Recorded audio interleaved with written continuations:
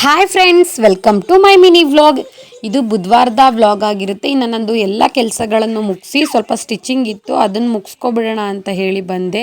ಅಷ್ಟರಲ್ಲಿ ಈ ಎರಡು ಕೋತಿಗಳು ಬಂದು ನಾನು ಸ್ಟಿಚಿಂಗ್ ಮಾಡೋ ಜಾಗದಲ್ಲಿ ಕೂತ್ಕೊಂಡು ಈ ಥರ ಕೀತ್ಲೆಗಳನ್ನ ಮಾಡ್ತಿದ್ರು. ಇನ್ನು ಅವರಿಬ್ಬರ ಜೊತೆ ನಾನು ಸ್ವಲ್ಪ ಕೀತ್ಲೆನ ಮಾಡಿಸಿ ಆಟ ಆಡಿಸ್ಬಿಟ್ಟು ಅವ್ರನ್ನ ಹೊರಗೆ ಕಳಿಸ್ದೆ. ಆಟ ಆಡ್ಕೋಗಿ ಅಂತ ಹೇಳಿ ಜಾಗ ಇಲ್ಲಿ ಚಿಕ್ಕದಿರೋದ್ರಿಂದ ಅವರೆಲ್ಲರನ್ನೂ ಕರ್ಕೊಂಡು ಇಲ್ಲಿ ನಾನು ಸ್ಟಿಚ್ ಮಾಡೋಕ್ಕಾಗಲ್ಲ.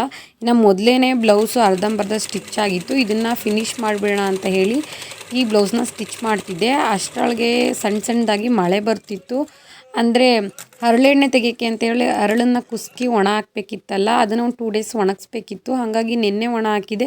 ಇವತ್ತು ಒಣ ಹಾಕಿರ್ಬೇಕಾದ್ರೆ ಮಳೆ ಬರ್ತಿತ್ತು.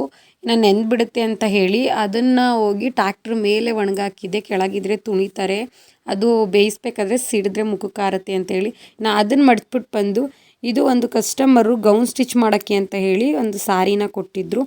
ಇನ್ನು ಇದನ್ನೆಲ್ಲನೂ ನೋಡಿಕೊಂಡು ಇದನ್ನೆಲ್ಲನೂ ಕಟ್ ಮಾಡಿ ಇಡೋಣ ಅಂತ ಹೇಳಿ ಇಲ್ಲೆಲ್ಲನೂ ತೆಗೆದಿಟ್ಕೊಂಡು ಕಟ್ ಮಾಡಿದೆ. ಇದ್ರದ್ದು ಫುಲ್ ಯಾವ ಥರ ಬಂದಿದೆ ಡ್ರೆಸ್ ಅಂತ ಹೇಳಿ ನಾನು ನೆಕ್ಸ್ಟ್ ವ್ಲಾಗಲ್ಲಿ ನಿಮ್ಮ ಜೊತೆ ಶೇರ್ ಮಾಡ್ಕೊಳ್ತೀನಿ. ಇದೆಲ್ಲ ಆದಮೇಲೆ ನಾನು ಫ್ರೆಶ್ ಅಪ್ ಆಗಿಲ್ಲ ಅಂತ ಹೇಳಿ ಹೋಗಿ ಫ್ರೆಶ್ ಅಪ್ ಆಗಿಬಿಟ್ಟು ಬಂದು ಒಂದು ಯೂನಿಫಾರ್ಮ್ನ ಸ್ಟಿಚ್ ಮಾಡಿದ್ದೆ. ಅದು ಯಾವ ಥರ ಬಂದಿದೆ ಅಂತ ಹೇಳಿ ನಿಮ್ಮ ಜೊತೆ ಶೇರ್ ಮಾಡ್ತಿದ್ದೀನಿ. ಪ್ಯಾಂಟ್ ಕಟ್ ಮಾಡೋದು ಮಾತ್ರ ನಿಮ್ಮ ಜೊತೆ ಶೇರ್ ಮಾಡಿದ್ದೆ.